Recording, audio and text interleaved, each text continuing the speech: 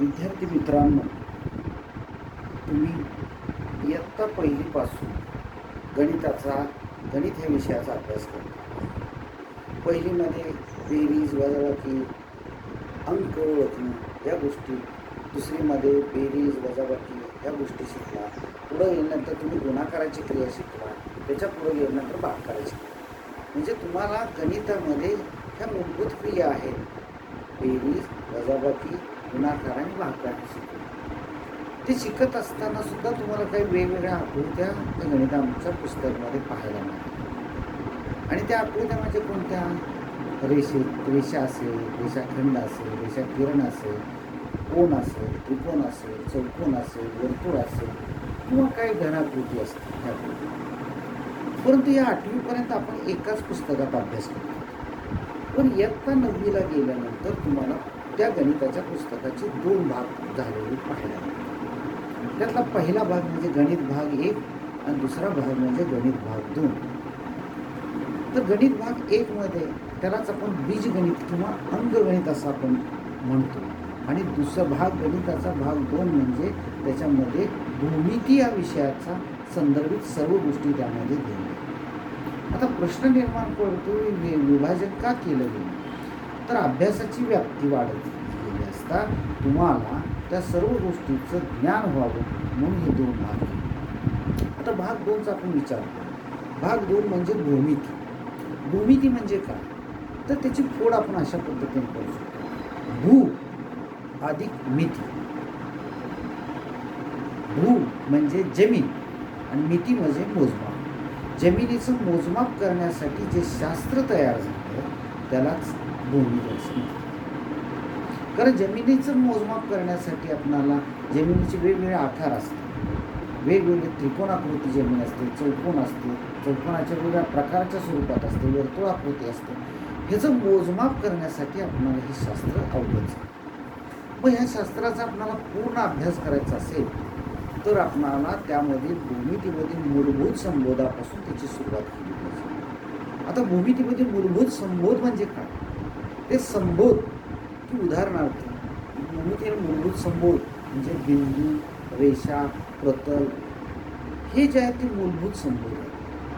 मग पहिल्यांदा आपण मूलभूत संबोध शिकल्याशिवाय आपल्याला भूमितीचा पूर्णपणे अभ्यास करता येणार नाही. म्हणून भूमिती हा विषय समजून घेण्यासाठी पहिल्यांदा त्यामध्ये मूलभूत संबोध जे आहेत ते आपण समजून घेणं महत्त्वाचं आहे. कारण भूमितीमध्ये हे मूलभूत संबोध हे दाखवता येत नाही. ह्या अमूर्त संकल्पना आहेत. पण ह्याला मूर्त स्वरूप देण्यासाठी आपल्याला व्यवहारामधल्या काही गोष्टीशी आपल्याला त्याची तुलना करावी लागेल आणि त्या गृहीत धराव्या. आता साधी गोष्ट बिंदू. आता बिंदू म्हटलं की ती बिंदू एक अशी आकृती आहे की जिला लांबी नाही, रुंदी नाही, उंची नाही, जाडी नाही, म्हणजे ती शून्यमिती आहे. मग आता शून्यमिती असणारी आकृती आपण काढायची कशी, ओळखायची कशी आणि पाहायची कशी? आता त्याचं एक साधं उदाहरण देतो. तुम्ही रांगोळीमध्ये कण बघितले असतील, पिठामधले कण बघितले असतील. ते आपण कल्पना करावं, त्या पिठामधला रांगोळीतला एक कण म्हणजे बिंदू. मग आता त्या कणाची आपल्याला लांबी, रुंदी, उंची, जाडी मोजता येईल का? मग एवढा जर लहान बिंदू, त्याच्यापेक्षा सुद्धा लहान बिंदू असणार. जसे अणू असतात ना, टाचणीच्या टोकावर किती अब्जावधी अणू बसू शकतील तसा बिंदू असतो. पण तो बिंदू आपणाला समजल्याशिवाय किंवा संबोधल्याशिवाय, ठरवल्याशिवाय आपणाला भूमितीचा अभ्यास आपल्याला करता येणार. मग आपण बिंदू ही संकल्पना शिकण्यासाठी आपण विचार करू. आपण फळ्यावर एक खडूच्या सहाय्याने एखादा एक टिपका देऊ. आता खडू कशापासून तयार झालेला आहे? तर खडू हा अशा मुक्ती पावडरपासून तो तयार केलेला. त्या पावडरचा कण एक म्हणजे बिंदू. मग फळ्यावर आपण तो बिंदू दाखवण्यासाठी खडू टेकवतो, त्यावेळेला त्या कितीतरी बिंदू असतात. पण आपणाला शिकण्यासाठी आपण तो बिंदू ही संकल्पना विचारात घेण्यासाठी आपण त्याला बिंदू. मग त्या बिंदू लिहिला की त्या बिंदूला आपल्याला ए हे नाव किंवा कुठलंही इंग्रजी अल्फाबेट्स एक द्यावं लागतं. पण एकदा का बिंदू तुम्हाला कळाला की मग पुन्हा आपणाला बिंदू त्यानंतर रेषेचा विचार करा. आता रेषा म्हणजे का किंवा रेषा कशी तयार होते? साधी सोपी. आता रेषेची व्याख्या तुम्ही वाचली असेल. रेषा म्हणजे अनंत बिंदूंचा संच. त्यामध्ये व्याख्येमध्ये किती गोष्टी आहेत? रेषा म्हणजे अनंत, बिंदू आणि संच या 3 गोष्टी बरोबर. बिंदू म्हणजे कळालं, पण त्याच्या अगोदर आनंद ही एक संकल्पना लक्षात आणली. याच्यासाठी तुम्हाला एक साधं सोपं मी उदाहरण देतो की तुम्ही थोडीशी रांगोळी घ्या आणि अशी जमिनीच्या फरशीवर अशी टाका. त्यावेळेला तुम्हाला तो पांढरी रांगोळी असेल तर पांढरा पृष्ठभाग तयार झाल्यासारखा दिसेल. तो पृष्ठभाग म्हणजेच प्रतल. मग आता मला सांगा, तो प्रतल तयार होतो. ते प्रतल म्हणजे किती बिंदूंपासून तयार झाला असं म्हणू शकतो. तर आपल्याला त्यातले बिंदू मोजता येत नाही.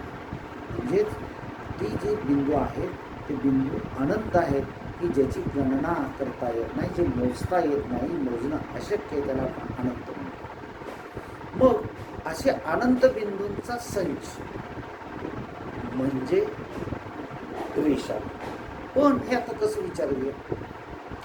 मी आता फळ्यावर ही रेषा काढली, मी खडूच्या साह्याने काढली, पण त्या खडूमध्ये किती डस्ट आहे, किती पार्टिकल्स आहेत, किती म्हणजे किती बिंदू आहेत ते आपण मोजू शकतो का? नाही. पण त्या खडूच्या साह्याने आपण ती रेषा काढलेली, म्हणजे त्या रेषेमध्ये बिंदू आपण मोजू शकत नाही. म्हणून त्याला आपण म्हणतो रेषा म्हणजे अनंत बिंदूंचा संच होय. आणि रेषा दर्शवण्यासाठी ती दोन्ही बाजूला अमर्यादित असते, म्हणून तिला दोन्ही बाजूला बाण दाखवलेले असतात. बिंदू झालं, बिंदूपासून रेषा तयार झाली. आता प्रतल. आता प्रतल म्हणजे का?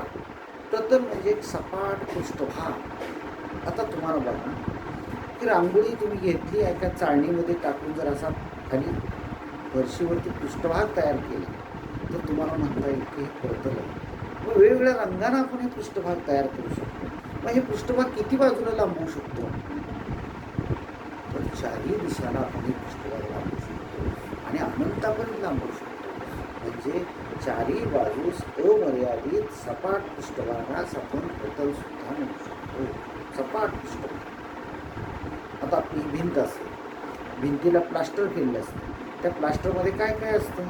तर वाळूचे कण असतात, सिमेंट असतं आणि ते सिमेंटची बुट्टी म्हणजेच कण असतात. ते कण असतात सिमेंटचे आणि ते त्याच्यापासून ते भिंतीला प्लास्टर केलं.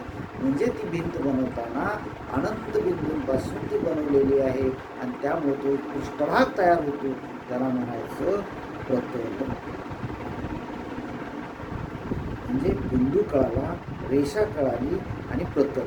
प्रतल अजून एका वेगळ्या पद्धतीने आपल्याला सांगता येईल. आपण बघा, घरामध्ये आपली आई पोळी तयार करत असते. पोळी तयार करत असताना ते पीठ घेते.